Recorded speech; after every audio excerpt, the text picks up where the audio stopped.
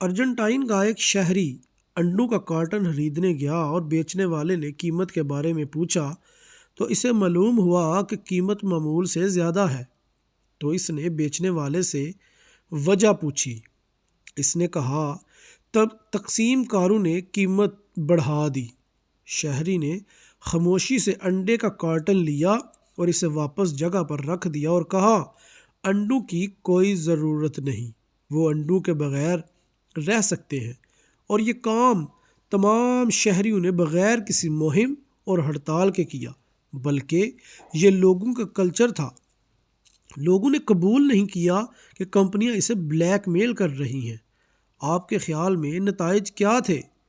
ایک ہفتے سے بھی کم عرصہ بعد کمپنی کے ملازمین انڈے اسٹوروں کے حوالے کرنے آئے، لیکن مالکان نے انڈے کے نئے کارٹن اتارنے سے انکار کر دیا کیونکہ کسی نے پرانے انڈے کے کارٹن نہیں خریدے۔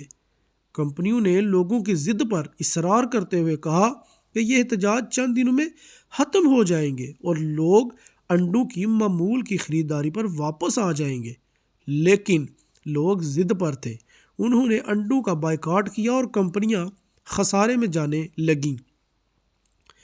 2 بار انڈوں کے ڈبے میں سب سے پہلے، دوسرا ان مرغیوں کو کھانا کھلانا جو انڈے کھانے اور پیدا کرنے سے باز نہیں آتے، تو نقصانات جمع اور دگنے ہو گئے۔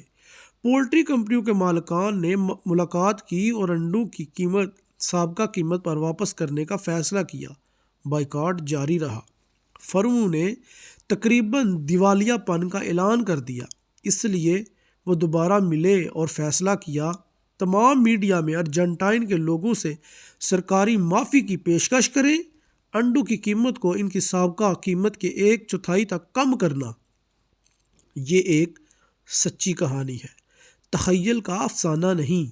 ہم بحیثیت عوام کسی بھی شے کی قیمت کم یا بڑھا سکتے ہیں، صرف ہماری مرضی سے، کوئی مہم یا ہڑتال نہیں۔ ہم سب کی ضرورت ہے تھوڑی سی مرضی، ثقافت اور عزم۔